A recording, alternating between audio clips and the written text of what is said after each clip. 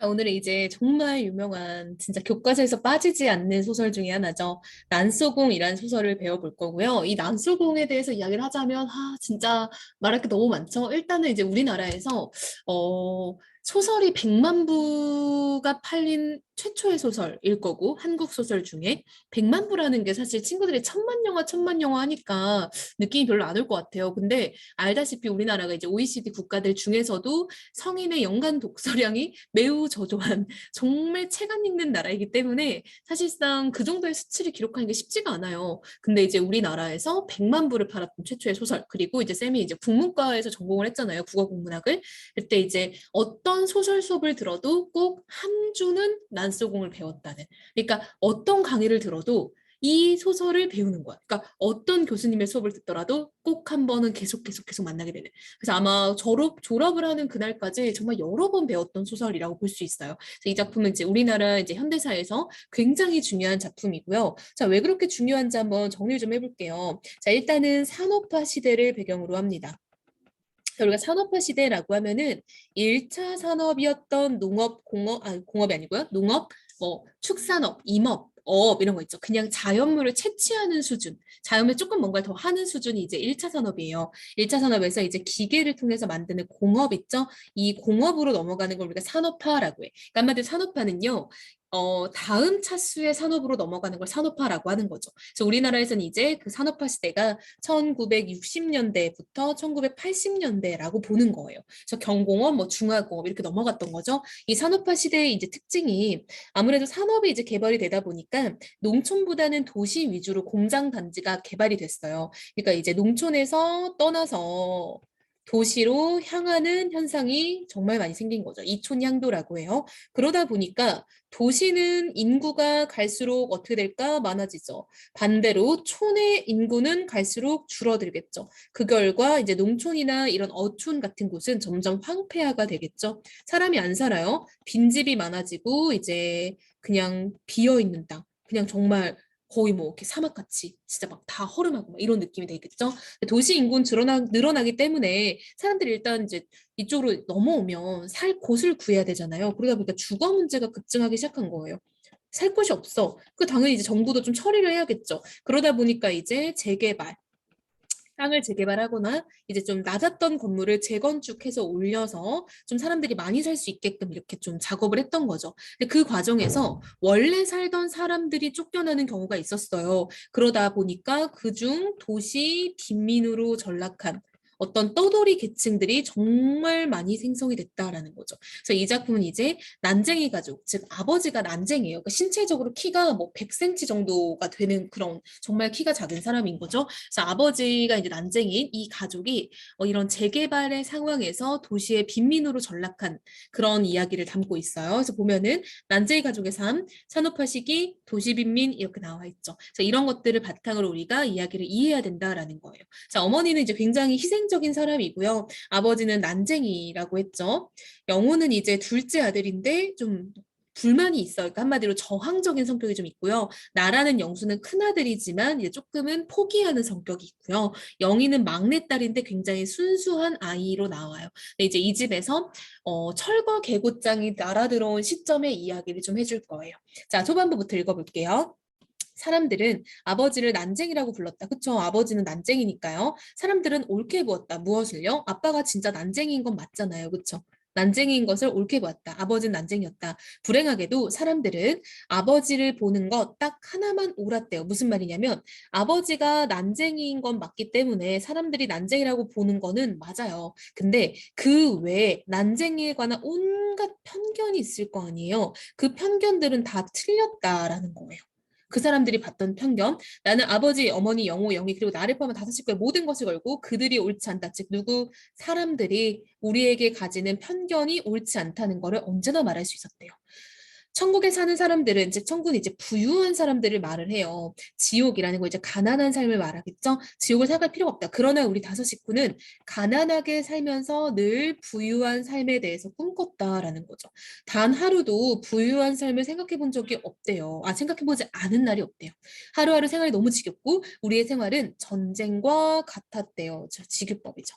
자, 난쟁이 가족의 삶을 여러 가지 비유적 표현으로 드러내고 있어요. 즉, 지옥은 뭐야? 은유법, 맞죠? 왜냐하면 우리의 삶은 지옥이다. 은유법. 그리고 전쟁과 같았다. 지교법이죠. 우리는 전쟁에서 날마다 지기만 했대요. 뭔가 패배하기만 했대요. 늘 가난했으니까. 어머니는 모든 것을 잘 참았다. 그러나 그날 아침 일만은 참기가 어려웠던 것 같다라고 해서 뭔가 과거의 일을 지금 말을 해주는 거죠. 근데 그 과거의 일이 무슨 일이다라고 말 안 해주고 그날 아침 일이라고 하니까 우리는 무슨 일인데? 라고 호기심이 유발되겠죠. 뭔데 이렇게.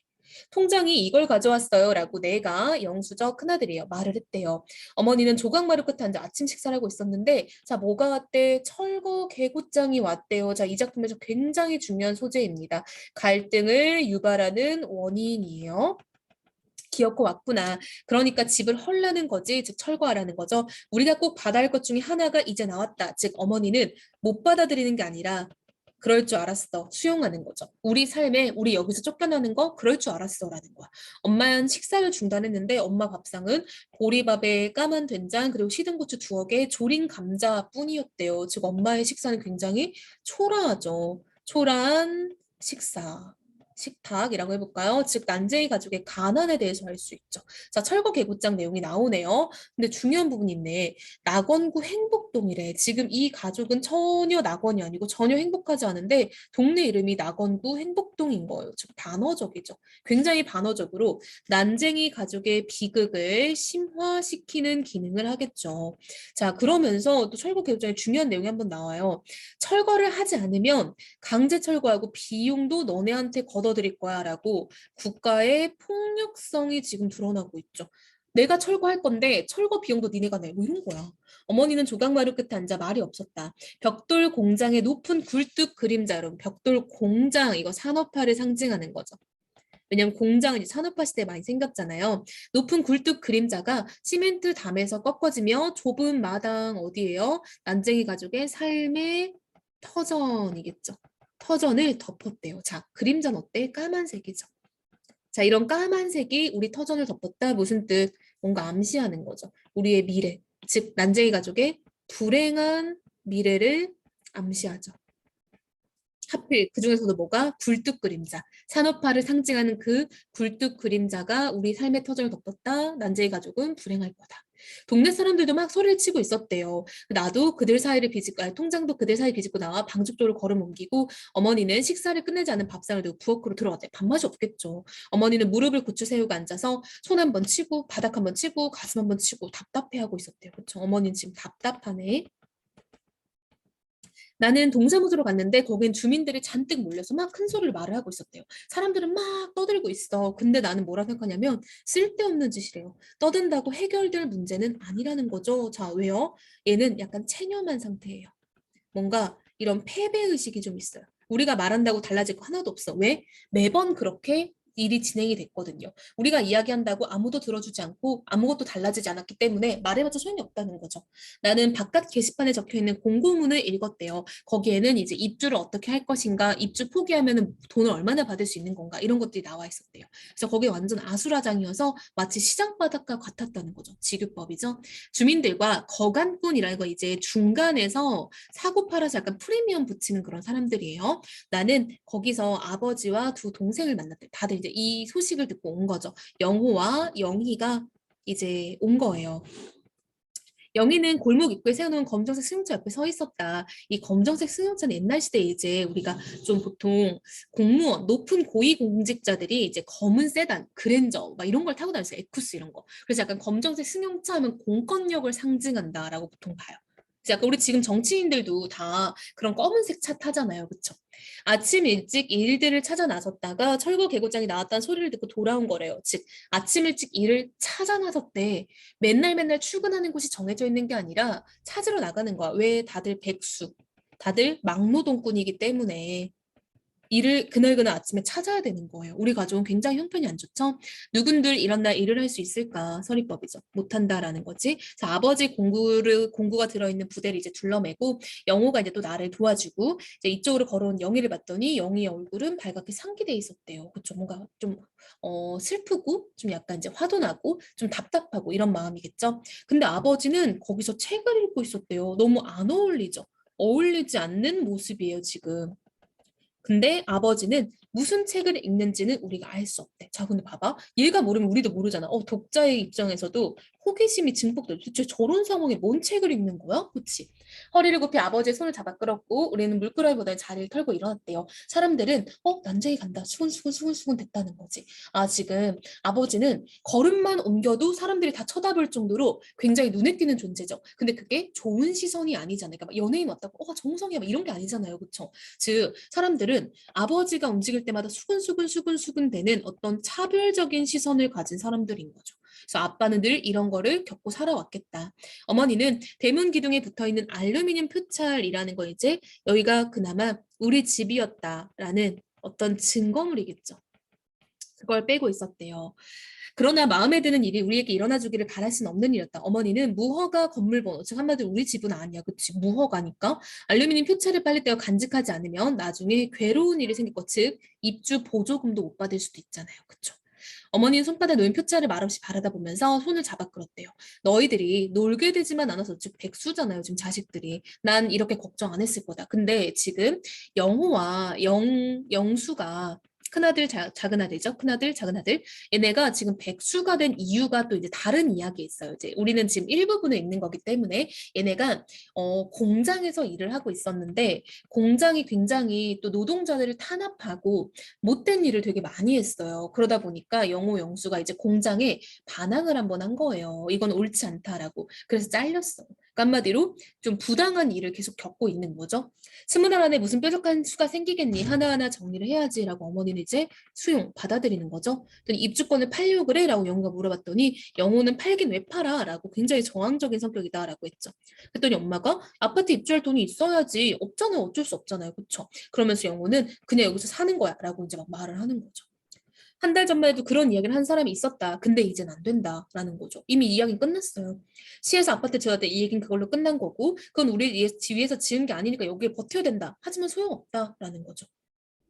그래서 영호는 굉장히 저항적인 성격인 게 지금 이 대화를 통해 드러나고 있죠. 그래서 이 부분의 대화는 지금 영호의 성격이 간접적으로 제시되는 부분이죠. 왜냐하면 서술자인 영수, 즉 나가 직접 서술을 해주는 게 아니라 묘사를 해서 보여주고 있죠. 근데 우리가 보기에 영호는 되게 성격이 화끈하구나. 성깔이 좀 있구나라는 거 알 수 있죠. 내가 말했다. 그들 옆엔 법이 있어. 즉 법이라는 건 우리를 지켜주는 게 아니라 그들 누구? 힘 있는 자들, 즉 부자들을 지켜주는 거다라고 어떤 인식이 좀 있는 거죠. 어떤 사회에 대한 사회의 이런 구조적인 문제에 대해서 좀 체념한 거죠. 법이 언제 우리 편이었던 적 있었어? 그런 건 없어. 라고 지금 영수는 체념을 하고 있어요. 아버지 말대로 모든 이야기는 끝나버린 것이나 마찬가지였죠. 나도 약간 저항할 의지가 없죠.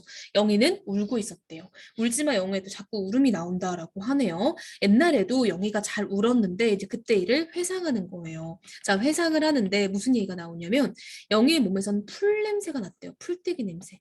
가난의 냄새인 거죠. 이렇게 좀 들판의 냄새.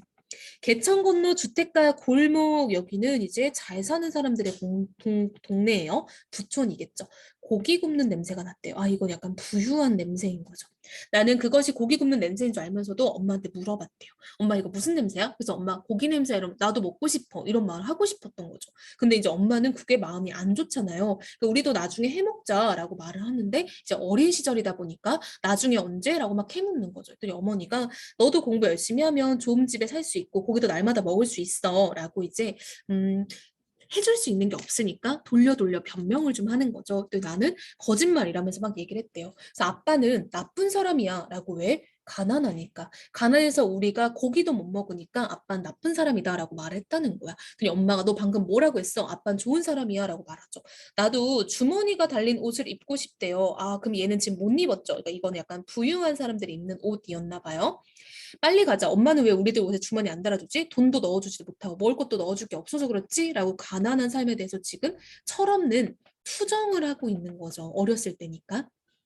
아버지에 대해 말을 막 하면 너 매 맞을 줄 알아야 되는데 아빠는 악당도 못해. 악당은 돈이나 많지. 라고 해서 지금 도덕적 의식이 붕괴된 모습이 보이죠. 차라리 가난보다 나쁜 게 낫다는 거야. 그치? 악당으로서 부유한 게 가난한 도덕적인 것보다 좋다는 거예요. 어린 시절이니까, 그쵸? 어린 마음에, 그리고 이 가난이 너무 힘드니까 이런 말을 하는 거죠. 아빤 좋은 사람이 했더니 수백 번도 더 들었어. 이젠 안 속아라고 얘기를 하네요. 그래서 영이랑 나랑 이제 엄마에 대한 어떤 그런 옛날의 대화를 지금 이야기를 해준 거죠. 엄마, 큰오빠가 고기 냄새를 맡으러 갔었다고 말했더니 때리려고 그래라고 해서 막 이렇게 애기들끼리 아웅대웅대고, 엄마는 그걸 보고 얼마나 슬퍼했겠어요. 그쵸? 영희는 좀처럼 울음을 그치지 못했다. 난 영희의 입에 손을 떼었다. 영희를 풀밭으로 끌고 들어간 것이 잘못이었고 영희를 때려주고 나는 후회했대요. 귀여운 영희 얼굴 눈물로 젖었고 우리는 그때 주머니 없는 옷을 입고 있었다라고 해서 이게 이제 가난한 삶을 상징하는 어떤 소재겠죠. 그래서 이 부분까지 이제 회상이 이어졌어요. 옛날에도 이랬었는데 뭐 이런 거죠. 아버지는 철거 개고장을 마루끝에 놓고 책을 읽었다 다시 현재로 돌아왔죠. 현재라기보단 그날 아침 일이겠죠? 자, 우리는 아버지에게서 무엇을 바라진 않았고 아버지 충분히 일했고 충분히 고생했다라는 거 나도 안다는 거야. 그치? 아버지만 고생을 한 게 아니라 아버지, 아버지, 아버지, 할아버지, 할아버지, 아버지, 그 아버지, 할아버지 쭉 조상 모두가 고생을 했을 거다라는 걸 나는 안 돼요. 그들은 아버지보다 더 심한 고생을 했을 수도 있고 나는 옛날에 공장에서 일할 때 이상한 매매 문서가 든 원고를 조판한 적이 있었대요.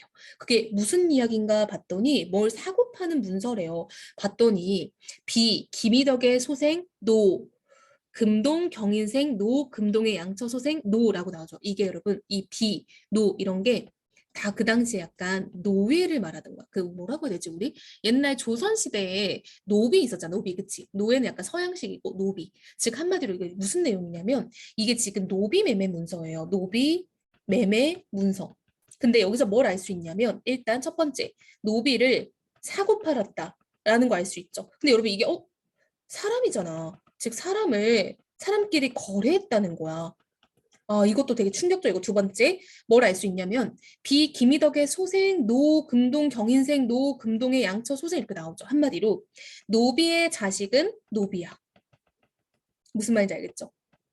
이게 이제 계속 세습되는 거야. 그래서 노비는 세습됐다라는 거 알 수 있죠. 그래서 아버지의 어머니 모두 다 우리 집안은 조선시대부터 노비 집안이었고 그 노비의 그런 직급이 계속 세습돼 왔다라는 거죠. 나는 그때 이것이 무엇인지 몰랐는데 판을 짜고 다음 판을 짜나가 겨우 알았대요. 이게 노비 매매 문서고 열흘 동안 같은 책을 조판하면서 열심히 본 거죠.